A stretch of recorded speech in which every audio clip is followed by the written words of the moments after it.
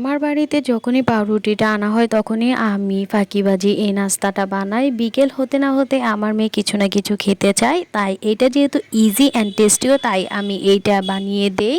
এটা খেতে একদমই ক্রিমি অ্যান্ড স্বাস্থ্যকরও, তাই আমি ওকে এটা বানিয়ে খাওয়াই প্রায় সময়। আমি কিছু বানাবো আর তোমাদের সাথে শেয়ার করব না, তা কি হয়? Let jumping to the video. Hello everyone, আসসালামু আলাইকুম। অবশ্যই ভিডিওটা লাস্ট পর্যন্ত দেখবা। ফার্স্টে আমি নিয়ে নিচ্ছি হচ্ছে চিকেন, যেটা আমি সিদ্ধ করে ঝুরি করে রেখেছিলাম। নিচে হচ্ছে কুচি করা গাজর, শসা আর পেঁয়াজ, কাঁচামরিচ কুচি। একটা প্যানে পরিমাণ মতো তেল দিয়ে এতে পেঁয়াজ আর কাঁচামরিচ কুচি দিয়ে ভেজে নিয়ে পরিমাণ মতো আদা রসুন বাটা দিয়ে ভেজে নেব। ভাজা হয়ে গেলে আগে থেকে স্টিম করে নেওয়া ঝুরি করে রাখা মাংসগুলো দিয়ে ভেজে নেব। এরপর কুচি করা গাজর দিয়ে হচ্ছে ভেজে নেব।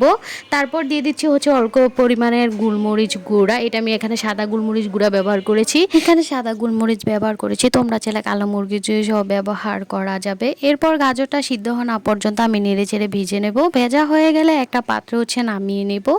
এরপর এতে মিউনিস দিয়ে দেব। আর এই মিউনিসটা আমি আমার নিজের হাতে আগে থেকে ঘরে বানিয়ে নিয়েছিলাম।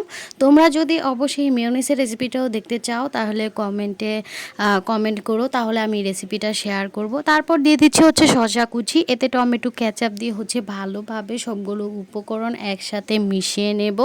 এমনভাবে মিশাবো যাতে হচ্ছে দেখতে একদম ইয়ামি আর ক্রিয়া টাইপের লুক আসে। তারপর হচ্ছে পাউরুটি নিয়ে এতে হচ্ছে পুরটা দিয়ে আরেকটা পাউরুটি দিয়ে ঢেকে দেব। এভাবে সেম প্রসেসে আমি সবগুলো বানিয়ে নিচ্ছি। পাউরুটিটা বানানো সবগুলো হয়ে গেলে আমি এখন হচ্ছে সেঁকে নেব, তাই একটা তাওয়া নিয়ে নিয়েছি। তারপর হচ্ছে এক পিঠ এভাবে হচ্ছে বাদামি কালার হয়ে গেলে উল্টে নিয়ে আরেক পিঠ এভাবে বাদামি কালার করে ভেজে নেব।